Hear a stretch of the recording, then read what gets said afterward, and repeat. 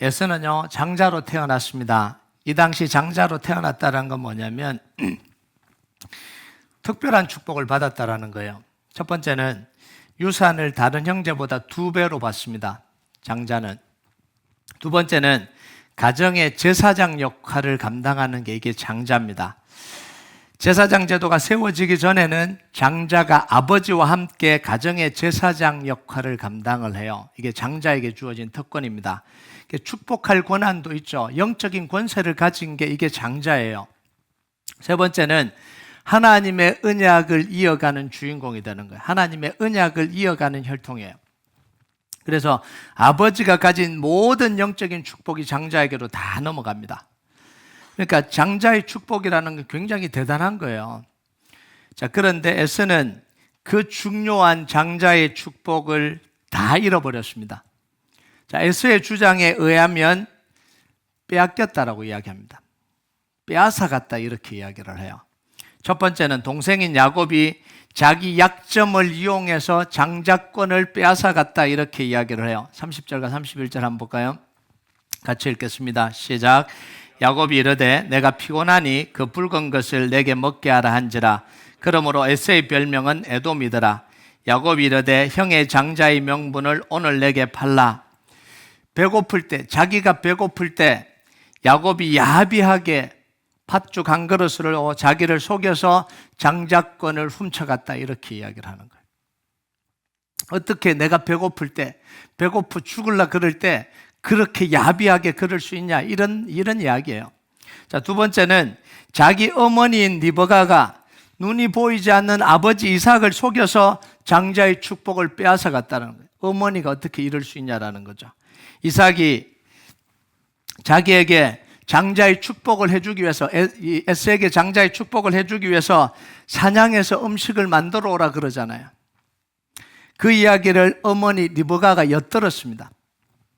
그러자 리브가는 에서가 사냥을 나간 그 사이에 야곱과 이걸 뭐라고 이야기하냐면 작당을 해서 염소를 가지고 와서 요리를 만들어서 야곱의 손에 들려주면서 아버지에게 축복받고 오라 이렇게 이야기하는 거예요. 사냥하러 간 사이에 축복을 가로채버린 거죠. 자, 불행하게도 이때 이삭은 눈이 멀어서 리브가와 야곱이 자기를 속이는지 몰랐습니다. 너무너무 큰 불행이었죠. 에서의 입장에서 보면. 자, 이렇게 에서는 장자권과 축복을 다 빼앗겨 버렸어요. 그러니까 세상에서 가장 억울한 사람이 누구예요? 에서예요. 세상에서 가장 억울한 사람이. 모자 사기단에 의해서 축복을 다 빼앗겨 버린 거예요. 여러분, 자기의 동생은 자기의 배고픔 약점을 이용해서 장자권 빼앗아 갔고, 자기의 어머니는 눈 안 보이는 아버지 약점을 이용해서 장자의 축복을 다 빼앗아 가버린 거예요. 얼마나 억울하겠어요? 얼마나 당했다고 생각하겠어요? 자, 이건 누구 생각이냐면 에서의 생각이에요. 에서의 변명입니다. 하나님은 다르게 생각하시겠죠. 자, 그런데 하나님이 주신 축복 중에요, 다른 사람들이 마음대로 빼앗아 갈 수 없는 거예요.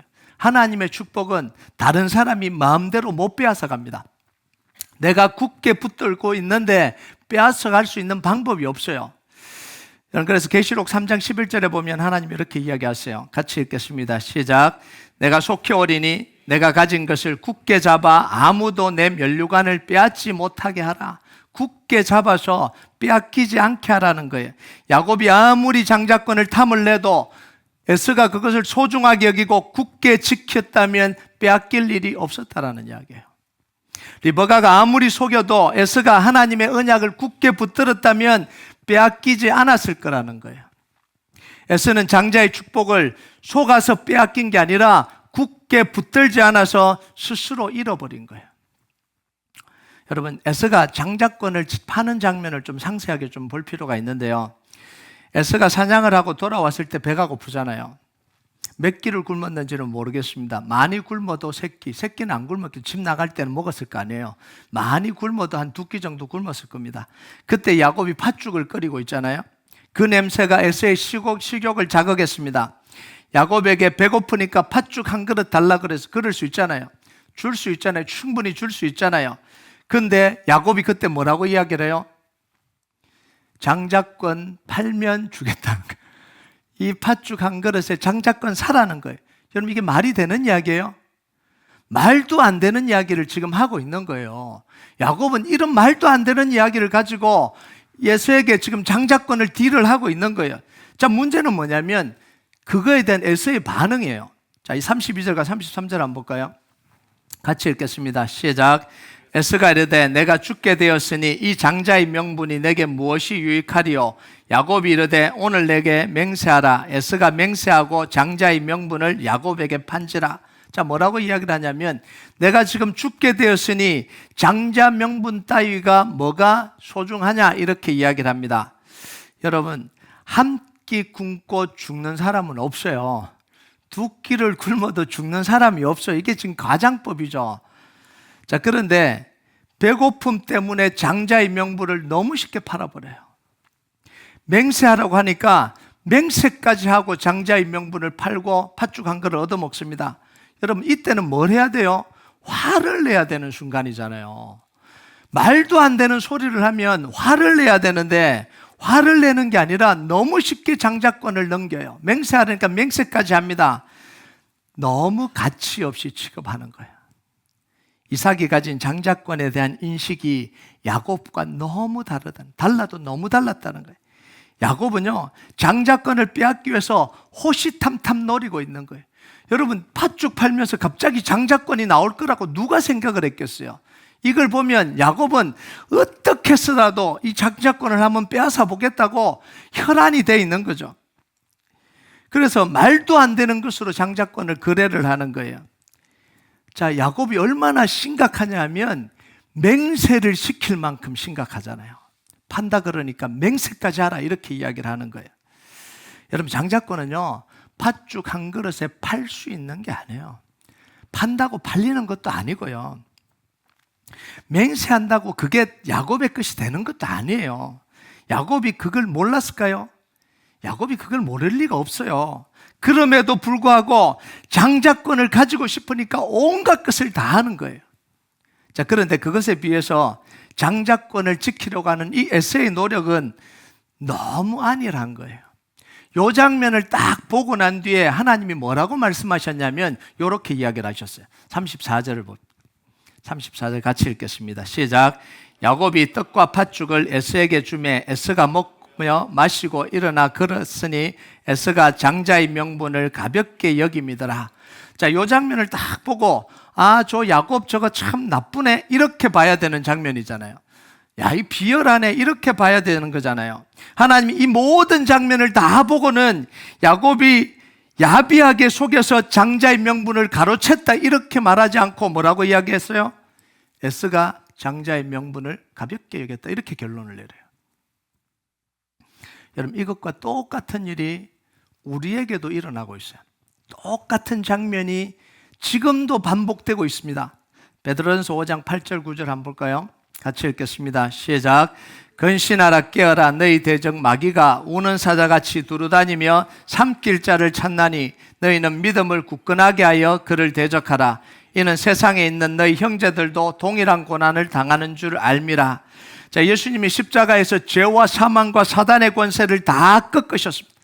십자가에서 이루신 놀라운 구원의 능력을 자녀인 하나님의 자녀인 우리에게 다 주셨습니다. 자녀의 특권을 줬죠. 에서에게는 장자의 특권을 주시듯이 우리에게는 자녀의 특권을 주신 거예요. 아무도 우리를 그리스도의 사랑에서 끊을 수가 없습니다. 예수 그리스도의 이름, 복음의 능력, 말씀의 능력은 사라지지 않아요. 사탄은 절대로 예수 그리스도의 이름을 이길 수가 없습니다. 이걸 사탄이 모를까요? 모르지 않아요. 그런데 사탄은 뭐냐면 마귀는 우는 사자처럼 우리를 삼킬 듯이 덤벼듭니다. 이길 수 없다는 거 알면서, 예수 이름 이길 수 없다는 거 알면서. 왜 그러겠어요? 우리가 복음을 믿지 않고 소홀히 여기면 이길 수 있다고 생각하기 때문에 그래요. 예수 이름 부르지 않으면 이길 수 있다고 생각하기 때문에 그래요. 말씀의 능력을 믿지 못하면 우리를 넘어뜨릴 수 있다고 생각하기 때문에 그런 거예요. 여러분, 이렇게 공격할 때 우리가 에서처럼 반응하면 안 된다는 거예요. 피곤해서 어쩔 수가 없다. 피곤해서. 내 상황이 너무 힘들어서 어쩔 수 없다. 하나님이 내 상황 아니까 하나님이 지켜주실 거야. 이미 나는 하나님의 자녀니까. 안전해. 하나님이 지켜주셔. 괜찮아. 하나님 내 상황 아니까 괜찮은 거야. 사탄이 아무리 해도 빼앗을 수 없어. 로마서 이야기했잖아. 아무리 해도 빼앗아갈 수 없다. 이렇게 되면 어떻게 되냐면 밥이 되는 거예요. 이렇게 하면 밥이 되는 거예요.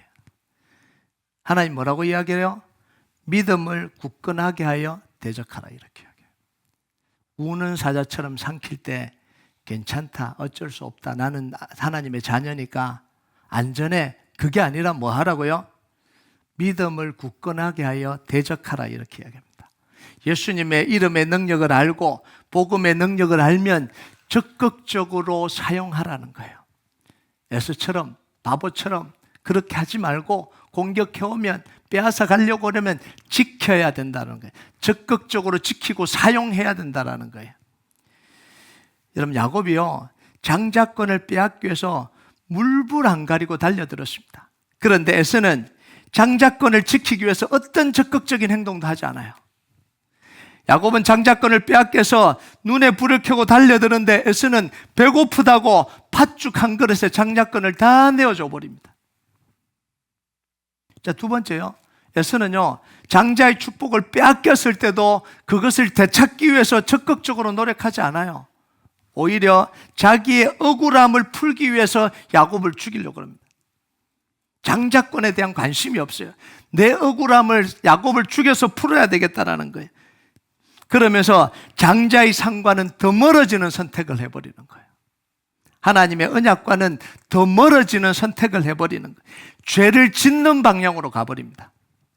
세 번째, 야곱이 자기의 축복을 빼앗아가고 난 뒤에 아버지가 죽으면, 아버지가 이제 죽을 때가 다 됐어요. 아버지가 죽으면 자기 손으로 야곱을 죽이겠다고 결심을 합니다.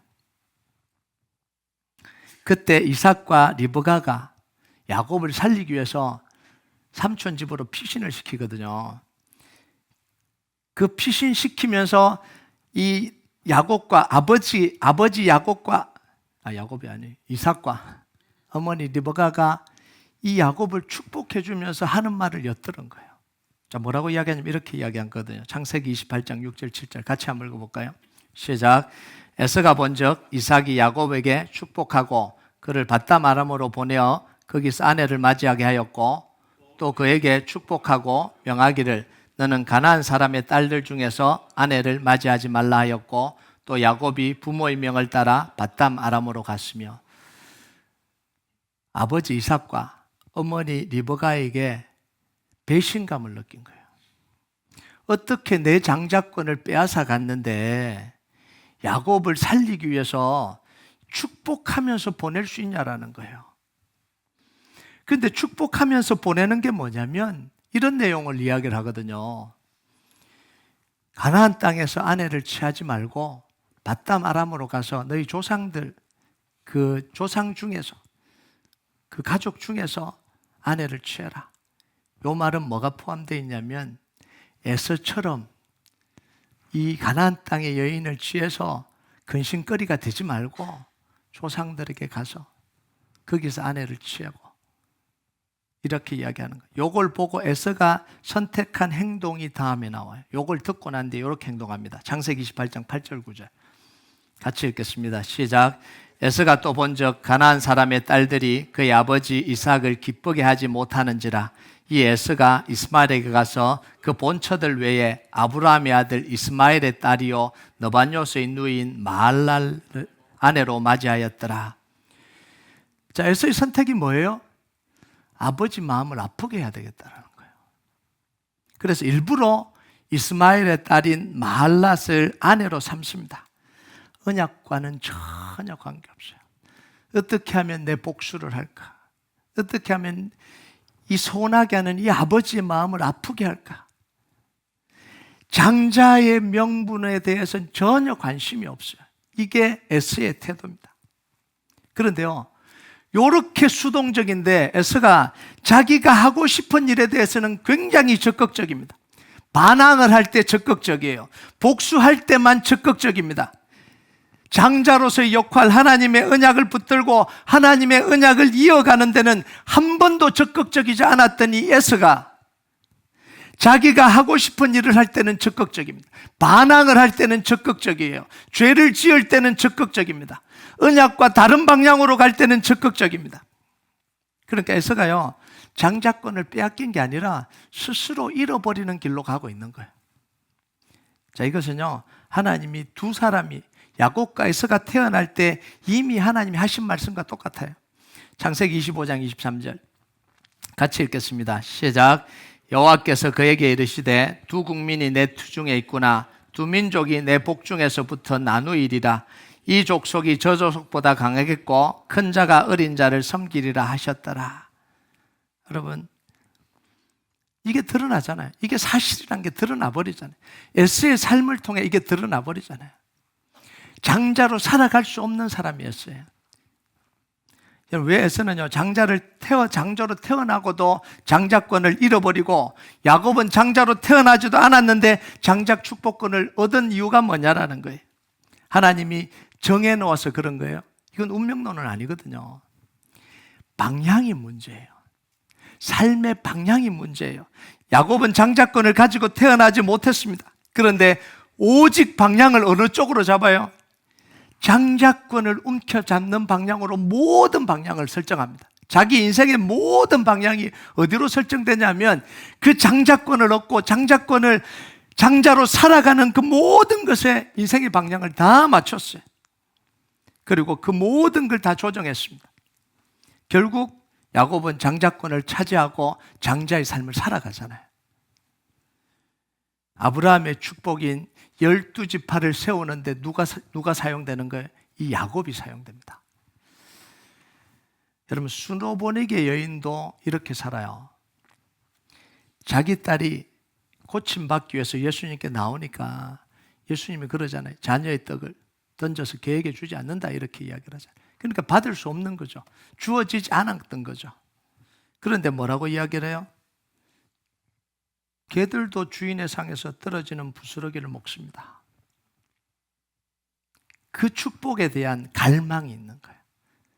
받을 수 있는 자격과 없는 자격이 아니라 그 축복에 대한 갈망이 있는 거예요.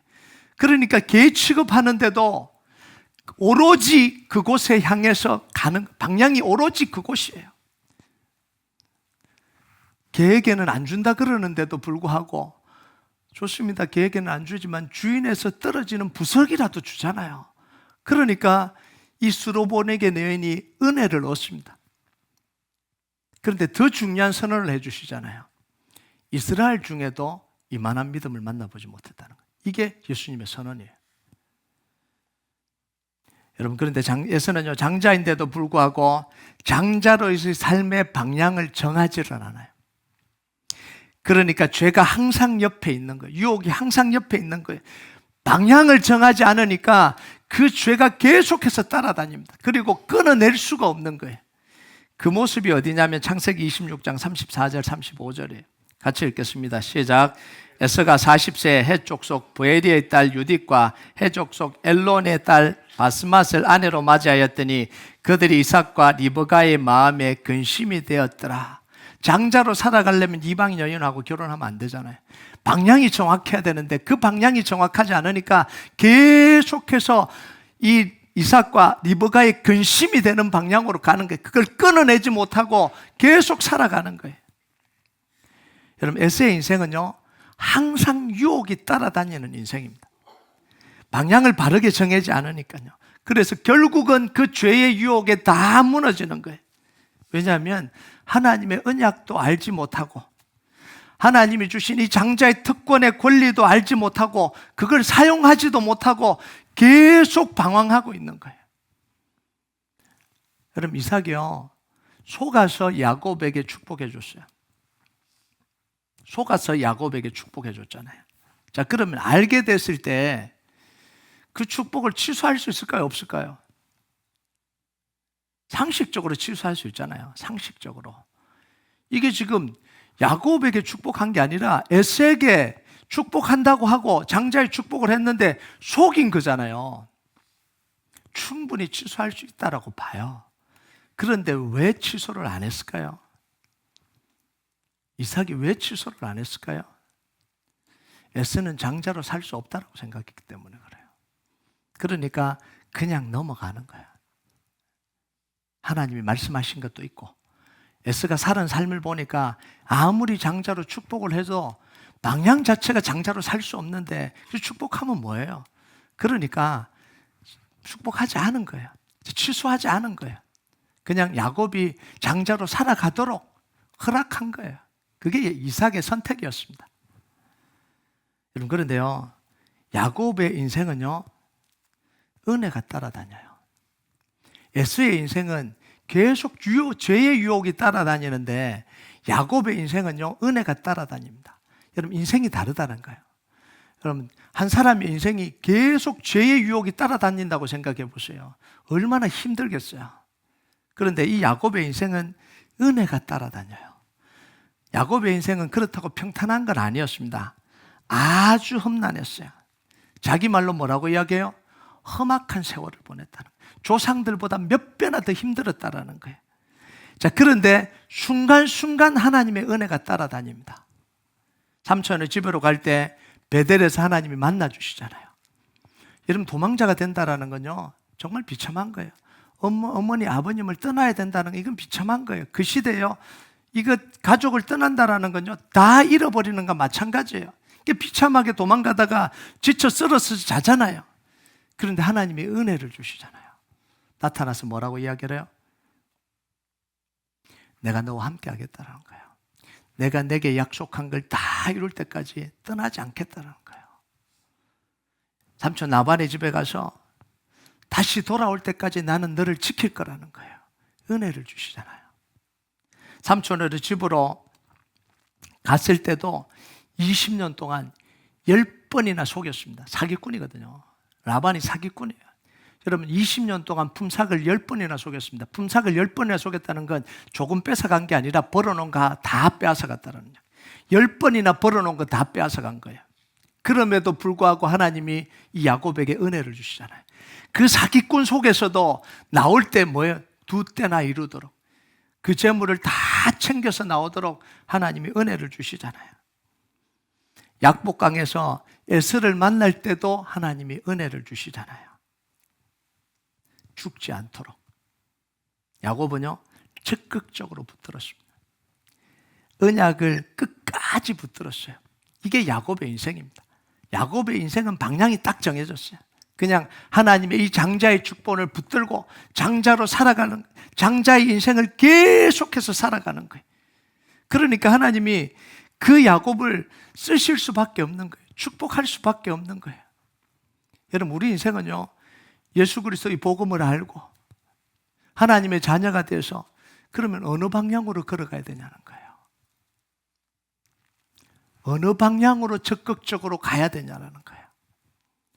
여러분, 정말 복음이 능력인 줄 알면, 정말 예수님의 이름이 능력이라는 사실을 알면 어떻게 해야 되냐는 거예요. 복음을 적극적으로 붙들으라는 거예요. 예수 이름을 적극적으로 불러야 되는 거예요. 내가 뭘 해도 하나님이 나를 구원해 주실 거야. 내가 바쁘니까 하나님 다 이해해 주실 거야. 이렇게 소극적으로 살아서는 우리가 죄를 이길 수도 없고 사단의 공격을 이길 수도 없다라는 거예요. 구원받냐 안 받냐 이거 따지고 있어서는 우리가 이 죄의 유혹을 이겨낼 수가 없는 거예요. 술 마시면 구원받을 수 있습니까? 이렇게 해도 구원받을 수 있습니까?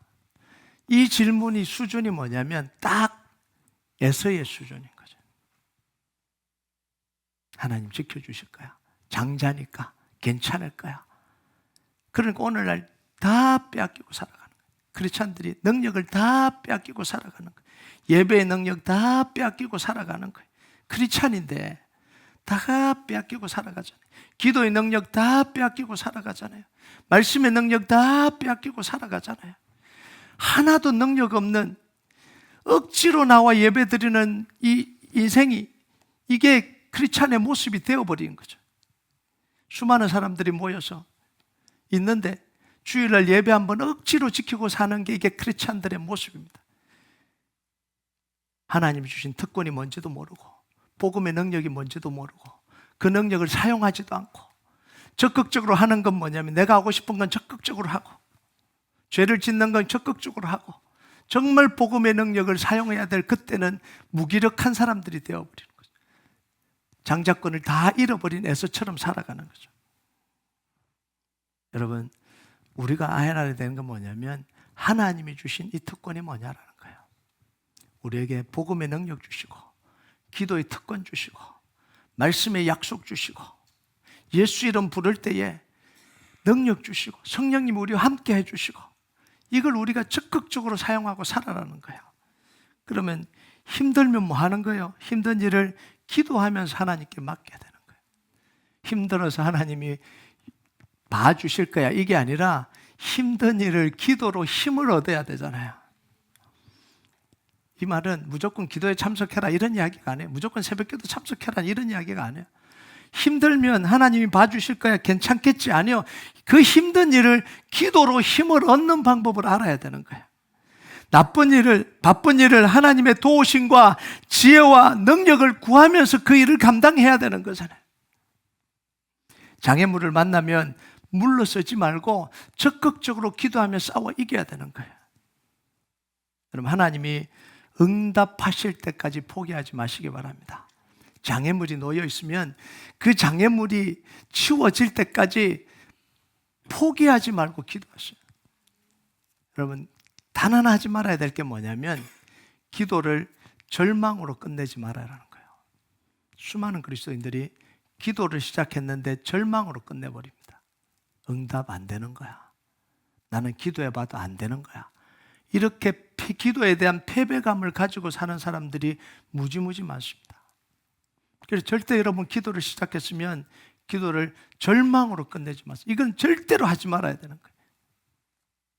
문제가 해결될 때까지 기도하든지, 제가 이야기했잖아요. 기도를 시작했으면 문제가 해결될 때까지 기도하든지, 두 번째는 뭐 하라고요? 약속을 받을 때까지 기도하든지, 세 번째, 하나님이 이유를 설명해 줄 때까지 기도하라. 제가 이 사도 바울 이야기했잖아요. 가시가 있는데도 불구하고 치워달라고 3번이나 간절히 기도했는데 안 치워주셨어요. 그런데 사도 바울은 그것에 대해서 절망하지 않잖아요. 왜냐? 이유를 들었거든요. 네가 약할 때 강합니다. 그 가시가 너에게 은혜다.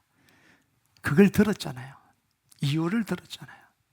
여러분, 2025년 기도를 시작해 갈 때 반드시 3가지였어요. 문제가 해결될 때까지 기도하든지, 약속을 받을 때까지 기도하든지, 그 문제에 대해 이유를 하나님이 말씀해 주실 때까지 기도하든지. 절대로 여러분의 기도를 절망으로 끝내지 마세요. 요즘 제가 여호수아 프로젝트를 기도하면서 싸우고 있어요. 보낸다 그러면서 계속 안 보내요. 네. 지난주에 왔어야 될 이 응답이 안 오고, 이번 주에도 안 오고, 이제 오기가 생겼어요. 오기가 생겼어요. 자, 기대가 됩니다. 하나님 어떻게 하실지 기대가 되는 거예요. 여러분, 여러분의 기도 제목을 절망으로 끝내지 말고, 자녀들의 문제 절망으로 끝내지 말고요. 가정의 문제 절망으로 끝내지 말고요. 반드시 해결될 때까지 기도하시고요. 약속 받을 때까지 기도하시고요. 이유를 들을 때까지 기도하십시오. 그래야 힘이 나요. 여러분, 오늘도 하나님은 역사하십니다. 우리 기도를 들으시고요. 오늘도 하나님께서 말씀해 주시든지 해결해 주시든지 이유를 말씀해 주시는 역사가 있길 주님의 이름으로 축복합니다. 우리 같이 찬양하도록 하겠습니다. 이 찬양 하나님 앞에 좀 올려드립시다.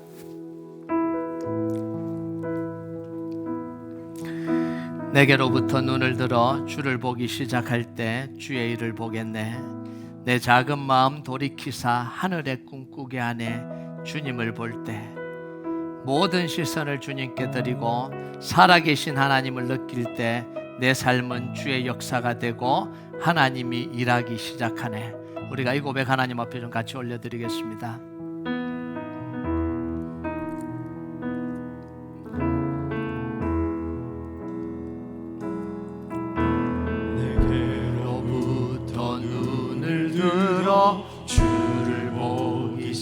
시작할 때 주의 일을 보겠네. 주의 일을 보겠네. 내 작은 마음 돌이키사 하늘의 꿈꾸게 하네. 작은 마음 돌이키사 하늘의 꿈꾸게 하네. 주님을 볼 때